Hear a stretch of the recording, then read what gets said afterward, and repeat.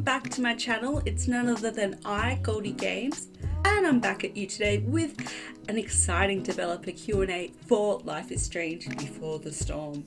If you'd like to hear some of the FAQ answered by the developers of Life is Strange, please keep listening. When is Life is Strange Before the Storm set? The whole game is set 3 years before the events of the first, and you'll experience the very beginning of the friendship between Chloe and Rachel, and the events that brought them so close together. Where's Max?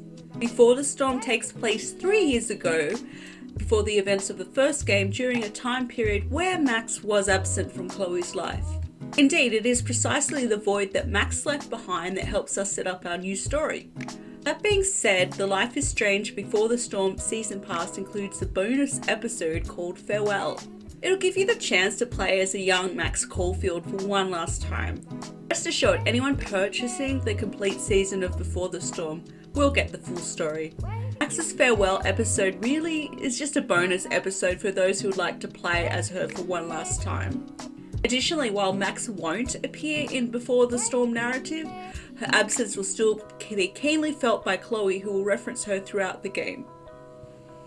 Is there a power like Max's Rewind? We did consider this, however, having multiple people in control of a superpower in Arcadia Bay felt a little odd. We didn't want to have a town full of superheroes. If Chloe did have a power, she surely would have told Max when Max revealed she could rewind time as well. Strange elements do make a return, but we won't spoil any of them just yet. How many episodes are there? Rather than forcing ourselves to think of stories that fit into a 5-part episodic model, we simply started brainstorming stories. The one that really resonated with us played out over 3 episodes that will take around 6 to 9 hours to complete. We did look at many different scenarios, including a single episode or even adding DLC to the existing game, but we feel that we have landed on a great story and can't wait to hear what you think when you play. Okay, just a little alert, we've got a spoiler from Life is Strange coming up now, so please skip ahead a couple of minutes and you will avoid the spoiler. This is your final warning. Alright, without further ado, here is the season 1 spoiler. Will there also be the story of Rachel in the dark room? No, it'll be an entirely new story. We want to take the player on a new journey and not tell a story that players already know the ending of. Is Chloe left or right-handed in Before the Storm? The Deck 9 team care about canon immensely. We have a wealth of unpublished documentation from the folks over at Don't Nod that contains the full biographical data, background and narrative arcs of characters.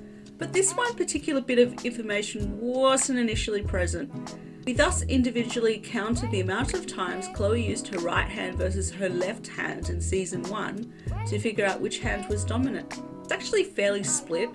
Chloe smokes using both her left and right hand throughout season 1, and there's also areas in the game where she uses her right hand over her left hand, such as when she holds David's gun in episode 1, or lights the lamp in Principal Wells' office.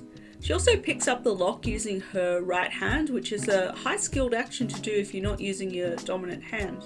Deck 9 Games and everyone at Square Enix have had long discussions about which hand was her dominant, and the writing on her hand and graffiti feature animations were created when it was believed that right was her dominant hand. As these are animations tied to tangible features throughout the game, and many of the camera angles during scenes are tied to how the characters are holding items, it wasn't possible to fix those two instances. Doing so would mean recutting many scenes and isn't just as simple as flipping the animation. That being said, if you watch the 20-minute gameplay again, you'll notice that barring the 2 instances mentioned above, Chloe uses her dominant left hand throughout.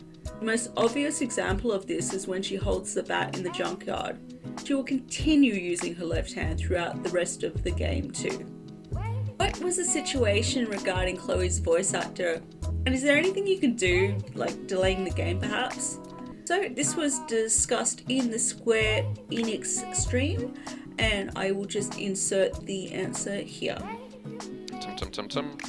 Right, so one of the bigger questions, of course, which I know has polarized the community very much, and again, I've seen this, I've read both opinions about it is the question, of course, of Ashley Birch not being able to reprise her role as Chloe.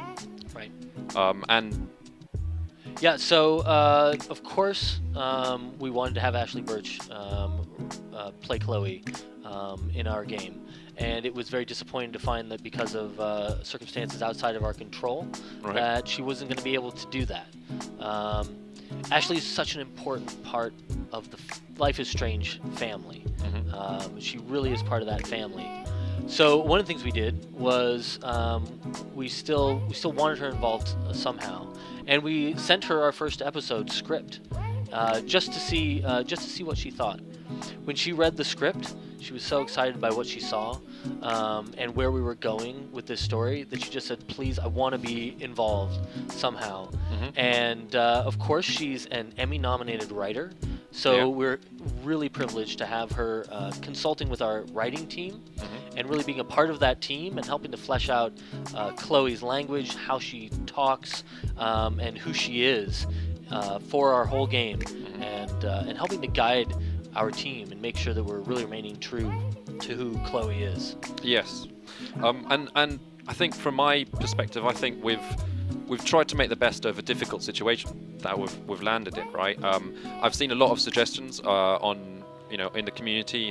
Could we put her add a DLC with Ashley Birch later on? A lot of requests for us to wait for the strike to end.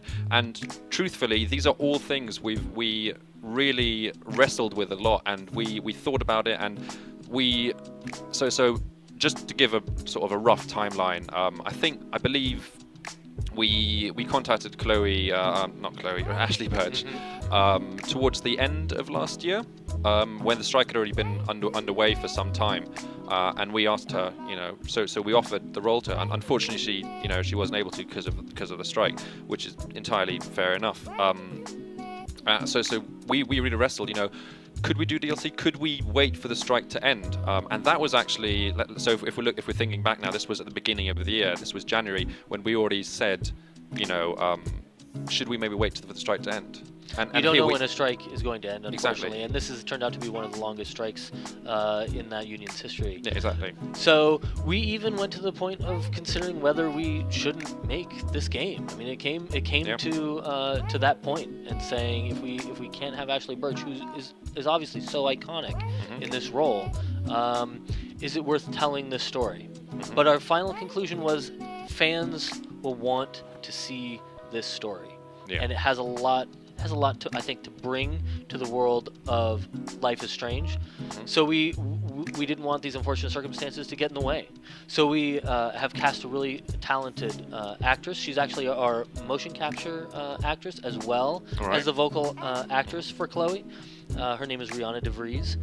She's doing a tremendous job performing the younger Chloe, and she's really capturing that character very sincerely. I think a lot of our fans, giving Rihanna a chance, you're going to be really happy with the Chloe that you get in this story. Yes, absolutely.